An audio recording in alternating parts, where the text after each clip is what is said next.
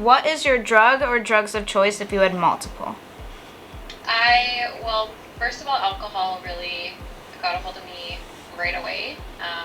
And soon after that, I got into ecstasy, which is a strange drug of choice. I feel like I was addicted to it, even though they say that you can't, or you don't get addicted to it. I don't know who they are. They were like 15, 16-year-old boys that gave me drugs and said I can't get addicted to them.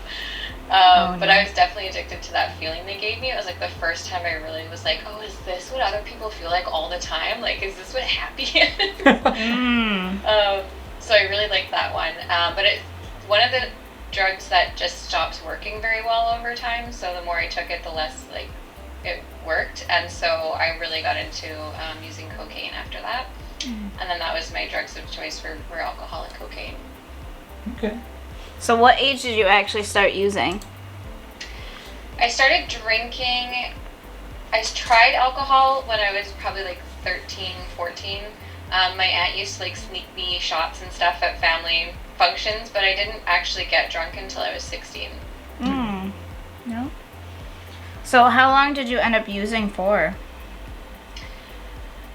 Well, I had a couple of stints between 16 and 29 is when I sobered up.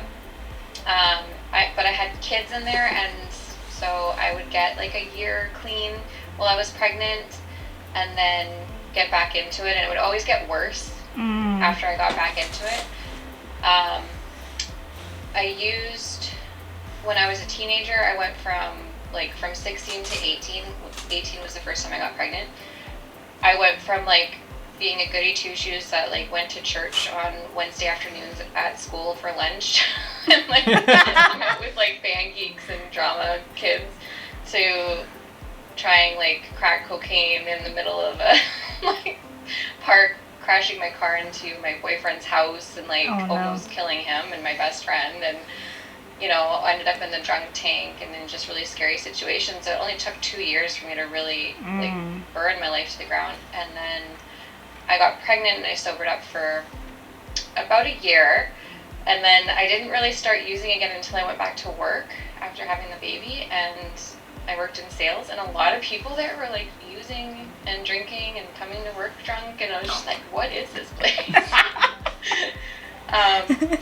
So then that was another 2 years, and then I ended up getting assaulted and stopped for a bit and tried to get my life together. I went to counseling. I was so anxious that I couldn't even like leave my house.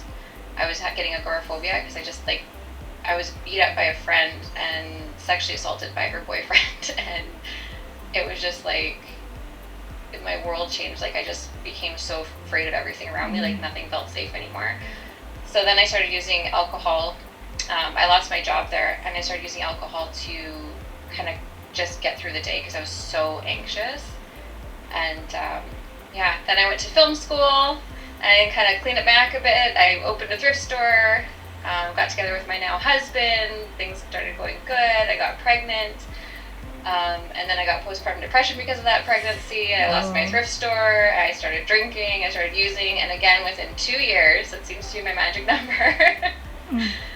Life was just insane. I was having an affair. I was lying to everybody I knew. I was like not showing up for work. I was letting everyone I knew down. So it's like been a train wreck 2 years at a time. Absolutely. And to watch like how, like even looking back on like how my addiction ended up playing out, it's crazy how fast everything progresses. Like 1 minute it's like you're a functioning alcoholic, and then it's just like drug scene, boom. That's how it was for me too. That's why it's called a progressive illness. It doesn't just mean like the amount or what drugs you use progresses, but how much worse it gets every time you go back out or actually just stay in it. Like it's constantly, it's like you're pushing your limits, and you think you've gone so far that it can't get any worse, and then you go back out and it's like, holy shit, what happened this time? So it's I relate definitely a lot. And I went to a meeting one time to like get my parents off my back, right? Because I was clean and sober. And I went there, and this girl sat at the other side of the table from me, and she's like, it gets worse every time you go back out. And I was like, no, I wish I could have heard that then, you know, because I had no idea what was in store for me, and it seriously gets bad quickly. So. Yeah, well, I think when I first took a drink after my second son was born, I took a drink, and I remember thinking, like, I don't really want this. And I put it down, and I was like, that's fucking weird. That's never happened to me before. And I just, like, left the bar. I'm like, I don't really, like, this just isn't for me. And it was, like, the next time I went drinking, I got blackout drunk. Because I was just so uncomfortable in my own skin, trying to fit into this party crowd with 2 kids at home, and, like gained a bunch of weight and just didn't feel good. And so I forced myself to drink. And, like, the next time I drank, I was doing drugs I hadn't done since I was a teenager. Like, how... And I remember thinking, like, oh, I'm just not going to let myself get out of control this time. Like, I can manage it now. I've had a year without it, you know? And you think it's going to be okay because you know better. You know what you want to do. Yeah. But you really have no control. Yeah. Yeah. So, who did your addiction affect? Probably everybody I know. I remember making my amends list and being like, I don't know if there's a person I've come in contact with that I don't know what amends to. The one that hurts the most is probably my little brothers and my kids. So my brother just passed of an overdose in August. And he kept saying to me, I'm going to sober up when I'm 29 like you. And so that sticks with me, where I'm just like, I wish I was a better influence for him. And the things I put my kids through just, like, tears my heart apart. Like, they were too young to remember, thank God, but, like, leaving them home alone to go get drugs, and, like, just not caring, not putting pajamas on them when they go to sleep, and just trying to get them out of my hair so I can get away from them so I can go drink and use. And I'm so fortunate, so fortunate. My husband, at the time he was my fiance, he was such a normie. Like, he's never even tried pot in his life. And so he was, like, a really stable constant for them, which was such a blessing. But yeah, I know how much I missed out on now that I have a daughter in recovery. And that's so sad to me that I missed out on that, like, time with them in their early days. Yeah, sorry to hear about your brother. It's definitely very important to bring awareness over that. And a lot of people, I see it all over TikTok too, is, like, the guilt and the shame that comes with that. And I feel like that, I don't have a personal experience with that, but watching it, other people go through it, it's, like, heart-wrenching. You know, like, you're doing amazing, and just being able to put that awareness out there is definitely powerful. It is. I don't want to say it makes it easier because it doesn't, but it gives it meaning, which gives me a little bit of peace.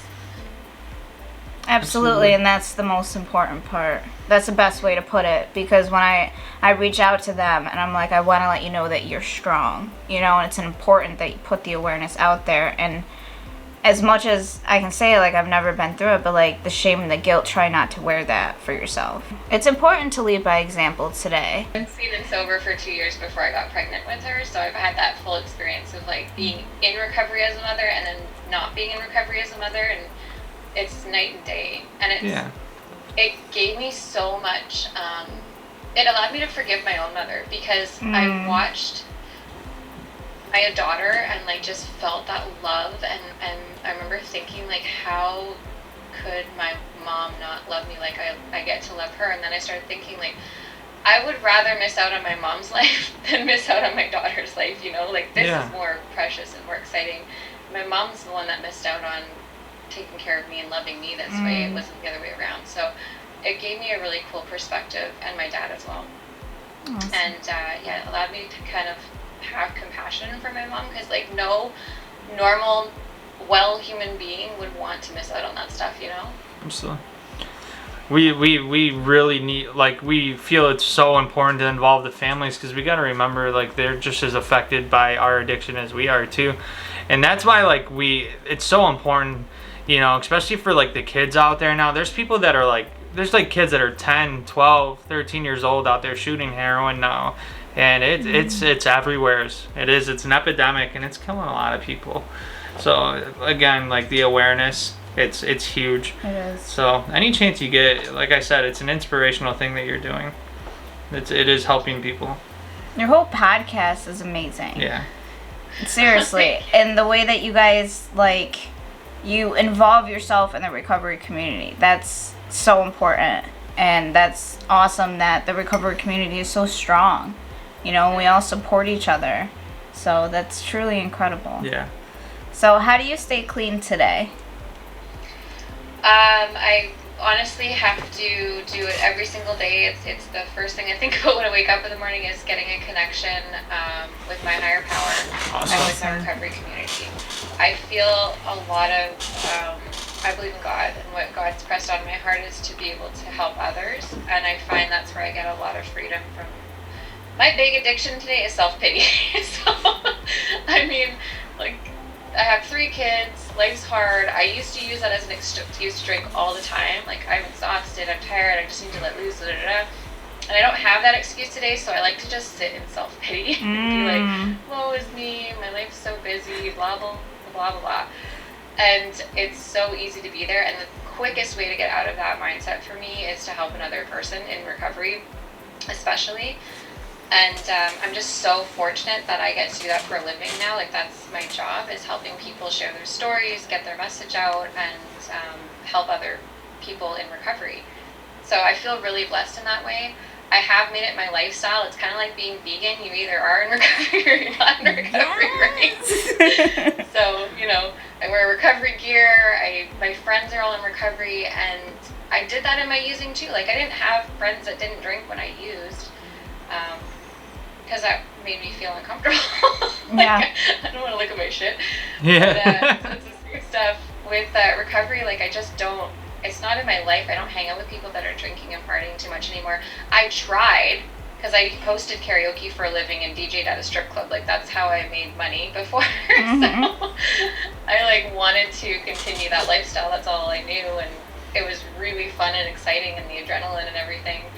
But it was annoying after you get like spiritually connected and you like love your life and things start getting good. All that kind of stuff just felt like a burden. Like, I didn't want it anymore, and that's a blessing that I don't want that lifestyle. I didn't even have to like lose it or grieve it. I played it out and was like, this isn't for me, and got to walk away from it. So that's a huge blessing. Absolutely. I found that in my recovery too. I love that you say you're either in it or you're not in it, you know?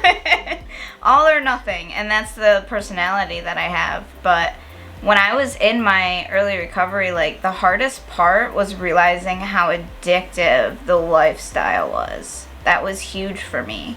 And there's still, like, even with social media, like, I've had to battle that. You know, social media I had to get rid of for my own well-being, but there's times I'm on social media and I see stuff and I'm like, whoa, that's not good. That's not good. Don't look at that, you know? Because it's that addictive, like, oh, like, the disease of wanting more, right? I'm always wanting more of money, sex, drugs, whatever it may be, you know? So it's always good to remember for myself. But what was your biggest accomplishment within your recovery today? Oh my gosh, I think like one by one, every dream I've ever had in my life started coming true as soon as I got sober. I have four brothers and 2 sons. I've always wanted a girl. Like, I've been playing with trucks and dinosaurs since I was like, for like 25 years. And so I was like, I want a girl so bad. So that was a dream of mine, that I'd write my manifestation books. Actually, I have like a journal I put all this stuff in, and there's like this baby girl in there. So that was like a huge dream for me. Before that, I really wanted to get healthy, and as soon as I got into recovery, the first thing I did was start eating chocolate. That's normal. That's so normal. I did that for like a month, and then something snapped, and I'm like, no, I want to get healthy. If I can stop drinking and partying and do it, like, I can do anything. So I did the Bernstein program. I lost like 80 pounds in 10 months. By the time I turned 30, I was at my goal weight. And that was huge for me. Like, I felt so unstoppable being able to do that. It just seemed like something that was so impossible to me. And that was huge. And then but then I also kind of gave me like this false pride in that, like that was where my worth was coming from. And so having my daughter, I had to work through a lot of this issue because I gained weight again, and then I started feeling like people aren't going to take me seriously or want to be around me, or think that like they're not going to be as proud of me. I don't know. I had all these like weird conceptions of what it meant to be skinny, and gaining the weight, I felt like I lost part of my identity or what I was like proud of in myself. That's a long story, but I've started this podcast with my business partner Suzanne. Like, we've opened an apparel line as well. I just like, I love to create, and it's just been like such a blessing to get to explore all of these like things that I believe God blessed me with, and I get to use them now to help other people, right? So it's been amazing. I love meeting all these people in recovery. TikTok's just been like the biggest, funnest way to get connected to a recovery community. I think that's how we met, actually. Yeah. It's funny, I remember first getting on there and all it was like moms day drinking. That's all TikTok was showing me. It was like a bunch of moms partying and day drinking and talking about how life is stressful and they just need some wine and whatever. And I'm thankful that eventually the algorithm realized I was sober. That's what's good about it, though, is like you really like, I really like that about that, you know, like that's how our recovery community has grown so much, is because that's all the videos we like and that's all that just shows up, and it allows you to get to just meet so many more people. So I think it's a bunch of brave, strong, independent people coming together for empowerment, of showing that there is a different way of life. And just like I was saying earlier, like social media is seriously like a dangerous warfare for me. And I never knew that there was a recovery community on TikTok. That was for kids. Like when we got on, seriously, like we got on, we had our YouTube started and we wanted to reach more people. We didn't know how we were doing it. So we were trying like Facebook and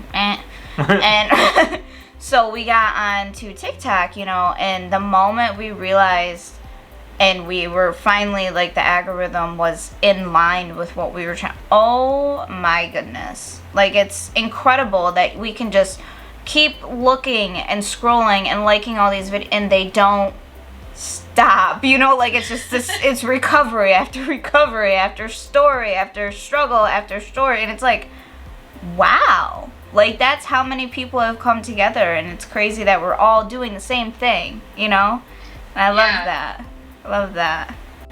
Yeah, I think that actually is new, though. Everyone that I've talked to started in the pandemic, like... Exactly. Yeah. Would you change anything knowing what you know now? In my recovery or in my life? Like, since recovery or before recovery? Like before recovery, when you were in, like, struggling with your active addiction, would you change anything knowing what you know now? Probably everything. Yeah, absolutely. Because I felt recovery for me was so much bigger than drugs and alcohol. Like, that is a blessing. If that's all recovery gave me, that would be a freaking miracle. But honestly, it was the, like, need to be wanted and need to be validated and need to be loved and accepted and appreciated and all these things that were driving my behaviors that I didn't understand. Like, I was so desperate to be wanted that I was willing to have an affair and feel like shit about myself and just absolutely hate myself and not be able to look people in the eye and feel like a complete fraud. But because I get to feel wanted for those little moments, I was willing to sacrifice like my self-respect and my self-worth and everything.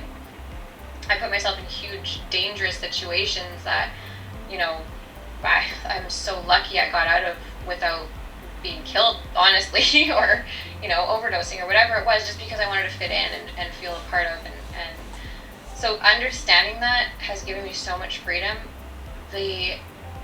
Especially freedom from codependency, like needing people to make me feel okay, has been huge for me. I don't need anybody anymore. I have a higher power I can rely on. I love people. I absolutely love them, but I'm also able to let them go. And that has never been something I was able to do. Like, I hung on to people with a death grip if you were toxic or not, I don't care. You're in my circle. You're not going anywhere. Like, it was just like insanity. And I had a lot of really shitty people around me. So yeah, I would definitely change a lot of things. I wish I could go back and talk to my younger self and just be like, there's a better way. Absolutely. Absolutely. If you could say anything to somebody that's still out there actively using now, what would you say to that person? I think the biggest thing is that you don't have to do this anymore. There is hope. There's a life outside of addiction. There is meaning and purpose outside of addiction. And there is at least 1,000 people I know on TikTok that will wrap their arms around you and like just love the shit out of you until you're able to get on your feet. You don't have to do it alone. And if you can't do it alone, that doesn't mean that you're not worthy of recovery or you can't get recovery. It's just an impossible battle. Like, you need people. And no matter what you've been through, you can get forgiven. You can get forgiveness. You can get through it.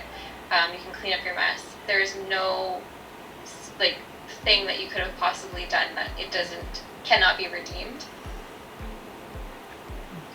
So what would you say to a family member of a loved one that struggles in addiction? What would you say to the family member? Well, I was a family member with a struggling addict in my family, and like I raised my brothers. They were my kids, and I was like 8 years older than my older brother Jacob. There was nothing I could say that would have stopped him from using. I tried everything. I did the tough love. I did the, get in there and try and fix everything for him and, control his life and do all that kind of stuff, and nothing was working. What I ended up doing was just holding this vision for his life and praying for him and being like, I know he's got this amazing, incredible life ahead of him when he gets sober. And I would tell that to him, and I would tell him the things I love about him. I wish I knew the answer to that question. I wish there was something that would, like, that there's something you could give an addict to help them stop. But for the family member, get help. Like, there's lots of programs you can access. Get yourself a community, get yourself recovery. And you're going to need those people, because whether or not your addict gets help or the worst happens, you need a community around you. It is traumatic. It is hard. It was probably harder watching him go through that than losing him, because every single day I was afraid I was going to lose him. Every single day I was having that fear. And now that's just been realized. I don't want to say it's a relief, but the fear is gone. Like, I know I'm not going to get that phone call anymore. Yeah, it's so heartbreaking. I wish you could give someone recovery. I wish I could just take a little piece of like how much freedom and hope and like serenity that recovery has given me, just give them a little piece and be like, here, like, this is what you can have. And anybody can have it. Like, it's not just for me. I shouldn't be able to have this. I've done really horrible, shitty things. Like, I shouldn't be the person I am today. What's so hard is there is no answer for somebody. They have to want it, and even when they want it, doesn't mean that they get it. So that's always hard, but we want the family members to know that there is the help for them. Yeah, and to get educated on addiction. Big. Just know some cues. Know ways to talk to your child or your loved one that's not going to send them off. Know that they're supported, but don't enable them. Again, like, it's okay to be there at a distance. It's okay to take care of yourself. Because I say that for the addict too. If you can't love yourself or care for yourself, you can't care for another individual. We're going to open the floor to you. So, Brooke, go ahead and share experience, strength, and hope that you would like to share. Well, I'm Brooke. I'm a recovering addict and alcoholic. Hey. Yeah, I guess what I'd love to share is, like, I remember being a young woman in addiction, not really understanding what was going on with myself, and just feeling like I am broken. Like, I can't figure out this life thing that everyone else seems to understand. I can't figure out how to be a good employee or be a good romantic partner, be a good mother, keep my house clean or pay my bills on time. And I just thought, you know, there's a lot of addiction in my family. My grandmother was a heroin addict. Everyone witnessed and experienced abuse in my family. It was just, I just felt like this was my destiny. Like I couldn't break the cycle, and no matter how much I didn't want to be like them, I kept becoming like them. So I remember just feeling like I can't even sleep in my own bed because I can't handle silence. It cannot be quiet in my house. I need the TV on, I need the radio on. Like I just was so uncomfortable in my own skin. And I just wanted a way out, and I didn't understand that it was not, sorry, it's awesome. It was not that I was a broken human being, it was that I was an addict, and I didn't actually have a choice. And if I knew that then, I would have been able to get out of addiction sooner, because I really just thought it was who I was as a human being, and I didn't have, like, there was no out. There was no out for me. So I kind of went over my story already. I had 2 kids. I suffered with postpartum depression. I also didn't understand what was going on there. Alcohol and drugs, I definitely used to self-medicate through that situation. I did not feel like myself unless I was drinking. I thought that was when I felt free. In my recovery program, they have all these promises that they say to you, like your financial insecurity will leave you, and you'll suddenly know how to handle things that used to baffle you. I felt that way when I was drinking. Like, I felt like all of this stuff just melted away. I didn't care. I could be present. I could have fun. I could relax. And I felt like I really needed it to be myself. And it did help for a bit. But then eventually I would start drinking to try and get rid of that anxiety. And it took more and more alcohol to get rid of that feeling. And I was just blackout drunk by the end of it. Like, I wasn't even having fun. I didn't even know where I was. I was ending up with people that I didn't know, in places I didn't know, trying to get home from some stranger's house, like not even knowing where I am. And it wasn't fun, and my anxiety was getting worse. I was ending up in the hospital. And I also didn't understand that I was having alcohol withdrawals. I thought I was just having panic attacks because I was diagnosed with a panic disorder. So I'd go to the hospital and they'd give me an Ativan, and one time they gave me morphine because I said I was having stomach aches, and they were giving me all these things, and I'm thinking, okay, it's a problem. I have a mental problem. Like I've got an anxiety problem. I've got a mental health problem. I need medication. I need this. I need this. I need this. I never thought it was like I need to quit drinking. The last night of my drinking, like I said before, I was having an affair. It was a friend of mine's husband, also my ex-boyfriend. That's a very long, confusing story. But again, that need to be wanted. Like, this was the guy that I dated when I was like 17 years old, and I just wanted him to want me back again. And I remember, like, I used to sleep with his friends. I used to, like, do all these things to try and get him to notice me again. Like, it was so crazy. I'm like, if I sleep with his best friend, then he's gonna want me back because that shows that I'm desirable to his friends. Like, that's how my brain legitimately worked. And I blame it from being raised on soap operas. It's kind of like where I got all my ideas of how I was supposed to human as an adult.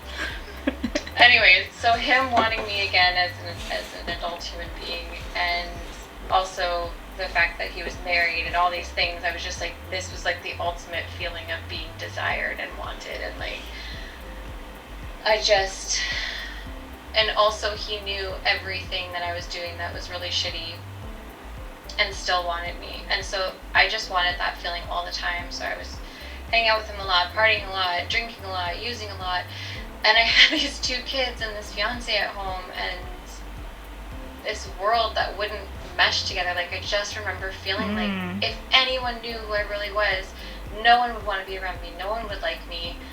I wouldn't have a job. I worked with kids at the time, teaching film classes and YouTube, actually, doing like vlogs and stuff with kids. And then I also was a wedding videographer. So I'm thinking, like, no parent would want me around their kids, and no wife would want me around their husbands. So I just felt like a fraud everywhere I went. Like I just felt like disgusting, honestly. And the last night I drank, I was going in there saying, I have to work the next day. I got a really cool opportunity. I was going to be teaching my own class for the first time. I was usually just an assistant up until this point. And I thought, this is like a huge opportunity for me. I don't want to screw it up, so I'm not going to get drunk. And instead of not getting drunk, I just started drinking really early. So it was like mid-afternoon. It was BC Day, so it was a holiday. And I got absolutely shit-faced wasted in the middle of the afternoon. And my kids were home, and I was the only one here watching them. And later on, I found out someone actually called child services on me that day. I didn't know that until I was 4 months sober. And thank God I was already sober by that point, or I probably could have lost my kid. And I had an affair again, even though I swore up and down I'd never let it happen again. I felt so disgusting. It would take me like 3 to 4 days just to get over the guilt of doing it. And so I just really didn't want to have it happen anymore. I went into that night saying, I'm not going to have an affair again. I'm not going to let this happen. I'm not going to get drunk. I'm not going to use drugs because there's a fentanyl crisis happening. So that's going to stop me from wanting to use drugs. I did all of those things. And then I drove my kids drunk to a babysitter. And I woke up in the morning and had to go to work. And I just was so disgusted. Like my pores were oozing drugs and alcohol, and I have to go teach kids. I'm having like an anxiety attack. I get in the shower and I'm just like throwing up in the shower, and I'm on my knees and I'm praying, God, I just make this go away, let me get through this day, and I swear to God I'm never going to drink again. I promise I'm never going to drink again. And I probably made that promise to God like 1,000 times. And I did really mean it almost every single time. So I went to my mom's house, and she was watching my kids, and I just collapsed on her couch and I told her everything that I had done. And I told her about the affair, and it was the first time I got to actually talk to somebody about it or say it out loud. And as terrifying as that moment was, because I was so just convinced if anyone knew, they would just think I'm a big piece of shit and not want anything to do with me. I felt like I had murdered someone. Like it was just like this thing I couldn't take back, I couldn't make better, I couldn't undo, and I belong in jail, I belong punished for the rest of my life. But she had a friend that went to a 12-step program and got sober and really changed her life around, and she told me that if I got sober, my husband would probably forgive me, fiance at the time. And that was like, I was desperate for that, like just to be able to not live a lie anymore and to be forgiven for everything I had done. I would literally probably do anything for that at that point. I just didn't want to be the human being I was anymore. I wanted to completely erase myself. I honestly wanted to die at that point. Like I just thought there's no out. I just need to go. So that was my first day of recovery.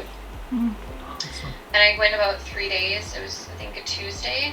And then by Friday I was like, I need help. Like I can't do this by myself. I'm going to drink again. So I went to a recovery program, a 12-step program, and it was so uncomfortable and so weird and so different. And I didn't hear a lot that day, except for this one girl saying that she really wanted to drink and use alcohol and didn't want to be there. And I was like, that I really do. But I remember seeing on the wall, "You're powerless over alcohol." And those words changed something in me, because I didn't understand that I was powerless over alcohol. I thought I was like just not able to control it enough. Like I just was a rebel or whatever it was. There's something in me that just doesn't have self-control, and that's why I drink too much. I'm a broken human. And to think that maybe it's the alcohol that's causing this like unmanageability in my life, it was enough to make me want to come back and see what this was all about, this recovery program.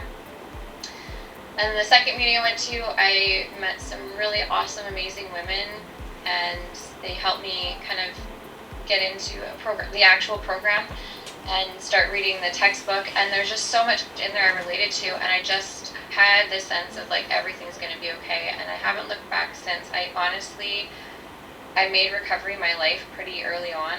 I definitely tried to dabble in both lives for a little while, but it just didn't work. Like, life in recovery started getting so good and so meaningful that I didn't want that other life anymore. And I think that's the beauty of working a 12-step program. Like, once you get connected with like like-minded people in recovery that are just glowing, like they love their lives. Not all the time. I mean, we all have our problems and stuff too, but you know, you just, when you come in as like this damaged alcoholic, you see someone smiling and laughing at their pain before and talking about how they overcame it, and just the light and grace and humility that they have, it's so infectious. Like, I wanted that so bad.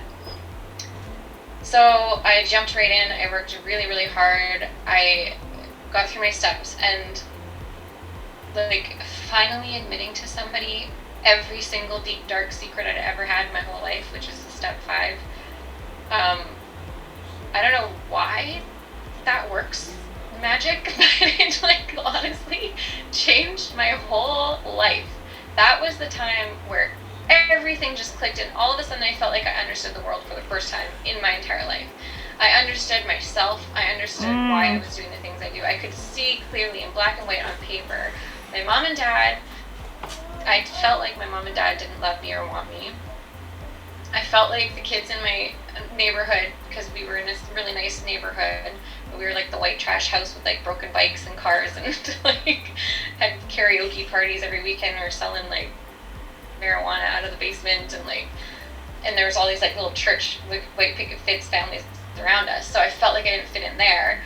And at school and everywhere I went, I just felt like I couldn't fit in. I didn't feel wanted, and that was controlling my behavior for my entire life. And I didn't know that until then, and I didn't understand that. I thought all these people in my life were just like pissing me off and like hurting my feelings. But I realized after doing that work that it was just they were triggering these things that hurt my feelings. It's not because they necessarily did anything wrong. Like, I had the ability to take ownership of my own feelings for the first time in my life. And I don't know why that gave me so much freedom, but it did, and life just got so incredible from that point on. Like, even though life itself got harder for me, things happened in my recovery that I never went through when I was drinking and using. Like, people passing away, my aunt was murdered, like my brother, before he passed away, was stabbed. Things were scary and hard and confusing and like more difficult than when I was using.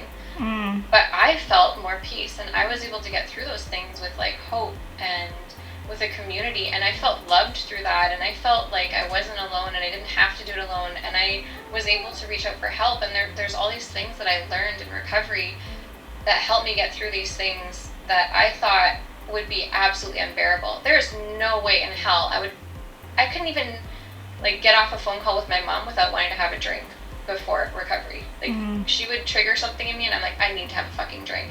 And I've gotten through everything, like losing my brother. I've gotten through my dad telling me he doesn't really think I'm his daughter. I've gotten through my aunt being murdered, you know, losing a business, like all these things that I thought for sure I was going to have to drink over. I also got married sober. I also went on a trip to Mexico sober. I also all these things I thought I was going to need to drink for.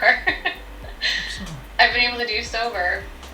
And also, no matter how dark it got, I always have hope. Like, I've suffered a horrible depression since my daughter's been born. It was postpartum depression. And then the pandemic happened, and my anxiety got up when I started feeling that agoraphobia again. I was having panic attacks every day.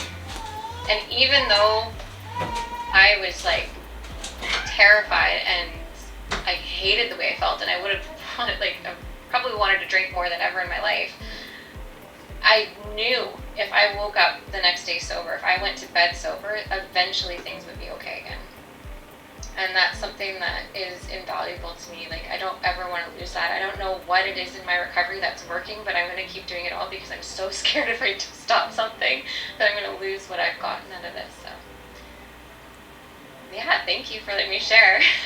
Brooke, that is absolutely incredible. And the way that you speak about the 5th step, I was actually just at my sponsor's house because she ended up falling. She's like 75, so we have many years between us. But she's exactly what I needed, right?